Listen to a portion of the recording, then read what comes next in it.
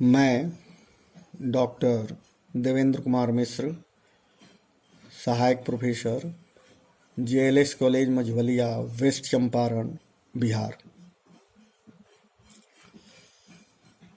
कल हमने Cripps mission के विषय पर आप लोगों से चर्चा किया था। अंग्रेजों द्वारा क्रिप्स मिशन का जो मकसद था वो सारी बातें आपको हमने बताने का प्रयास किया और उसका जो भावना था वो भारत के विभिन्न टुकड़ों में बांटने का, उसको यहाँ के कांग्रेस, मुस्लिम लीग या अन्य लोगों ने उसको मानने से इनकार कर दिया और ये क्रिप्स मिशन असफल रहा। असफल क्यों रहा, किन परिस्थितियों में रहा, इन सारी बातों पर आज हम आपसे चर्चा करेंगे। राष्ट्रीय आंदोलन के धार को कम करना, लोगों के अंदर फूट डालना, प्रांतों को अलग अधिकार देना, निर्वाचित लोगों के द्वारा इसका गठन नहीं करना परिषद का, परिषद में प्रांत के राजाओं द्वारा मनोनयन करना, इन सारी परिस्थितियों से यहाँ के लोग उन सारी बातों को मानने से इनकार कर दिया। भारतीय और भारत के राजनीतिक गतिरोध को दूर करने के उद्देश्य से ब्रिटिश प्रधानमंत्री चर्चिल ने ब्रिटिश संसद सदस्य तथा मजदूर नेता सर शेफर्ड क्रिप्स के नेतृत्व में मार्च 1942 में एक मिशन जो भेजा था। हालांकि इस मिशन का वास्तविक उद्देश्य युद्ध में भारतीयों का सहयोग प्रदान करना था, जो कल हमने आपको बताया था। क्रिप्स मिशन में दक्षिण पूर्व एशिया के ब्रिटेन की करारी हार का सामना करना पड़ा। वहीं दूसरी ओर भारत पर जापान के आक्रमण का भय दिनों दिन बढ़ता जा रहा था, जो कल हमने आप लोगों से चर्चा किया था। और ब्रिटिश सरकार संविधान निर्माती परिषद द्वारा बनाए गए नए संविधान को अग्रलिखित शर्तों के अधीन स्वीकार करेगा। ये सब बातें जो थी, जिस कारण भारतीयों को प्रशासन में भागीदारी का भरपूर अवसर प्रदान किया जाना इस क्रिप्स मिशन का उद्देश्य था। लेकिन क्रिप्स मिशन के असफलता के कारण क्या थे? क्रिप्स मिशन के प्रस्ताव भारतीय राष्ट्रवादी को संतुष्ट करने में पूर्ण रूप से असफल रहा तथा साधारण तौर पर भारतीयों के किसी भी वर्ग को सहमति नहीं प्राप्त कर सका। विभिन्न दलों तथा समूहों ने अलग अलग आधार पर इन प्रस्तावों का विरोध किया। कांग्रेस ने निम्न आधार पर प्रस्तावों का विरोध किया। पूर्व में भी आपको जो बताए थे हम कि इसके असफल होने के ये इन्हीं सब कारणों से क्रिप्स मिशन असफल रहा। भारत को पूर्ण स्वतंत्रता के स्थान पर डोमिनियन स्टेट का दर्जा दिया जा रहा था। देशी रियासतों के प्रतिनिधियों के निर्वाचन के स्थान पर मनोनयन की व्यवस्था की जा रही थी। प्रांतों को भारतीय संघ से पृथक होने और पृथक संविधान बनाने की भी व्यवस्था थी, जो कि राष्ट्रीय एकता के सिद्धांत के बिल्कुल विरोध में था। सत्ता के त्वरित हस्तांतरण की योजना का अभाव था इसमें। प्रतिरक्षा के मुद्दे पर वास्तविक भागीदारी की व्यवस्था का न होना, गवर्नर जनरल की सर्वोच्चता पूर्वत थी तथा गवर्नर जनरल केवल संवैधानिक प्रमुख बनाने की मांग को स्वीकार नहीं किया जाना भी था।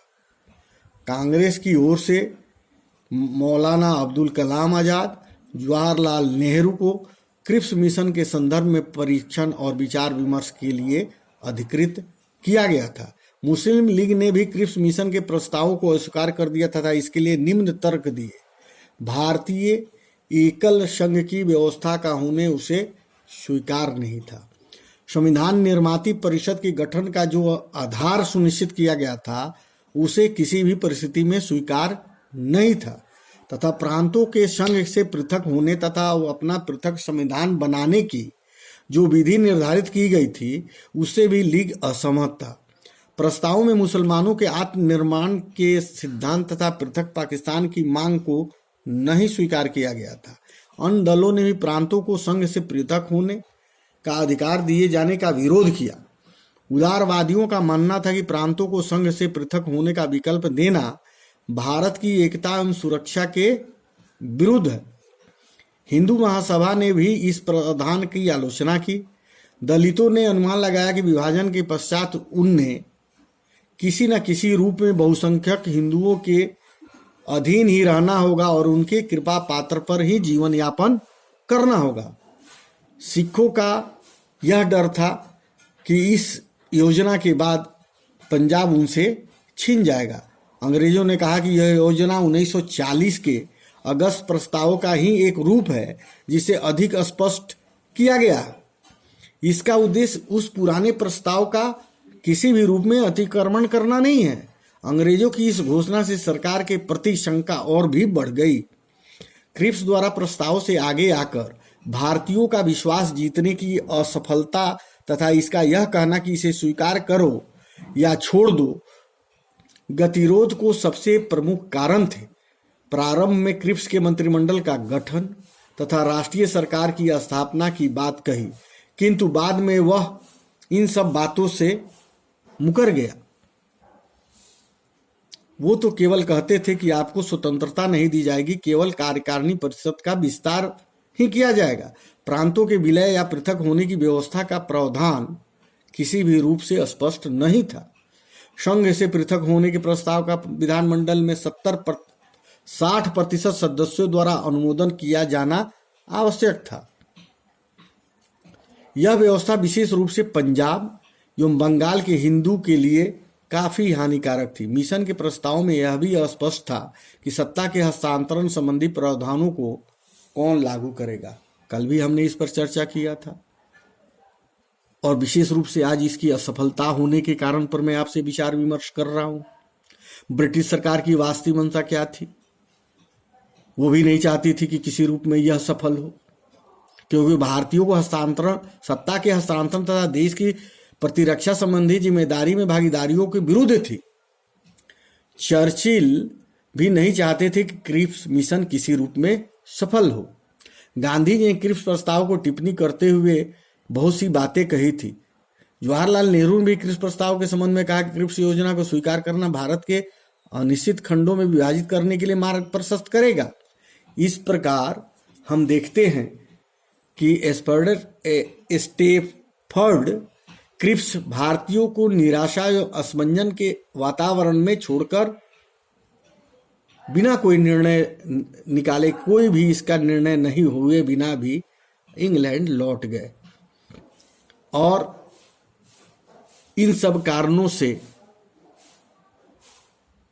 अंग्रेजों का एक ही मकसद था कि किसी तरह इस आंदोलन को रोका जाए और इन लोगों को पूर्ण स्वतंत्रता नहीं दी जाए।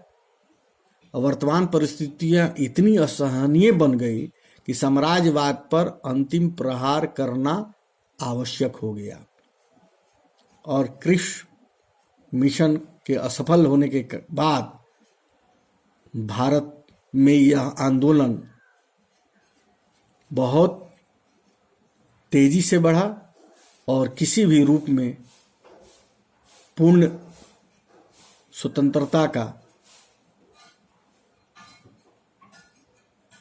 अभियान आगे की ओर बढ़ा। इन्हीं सब शब्दों के साथ मैं अपनी वाणी को विराम देता हूं।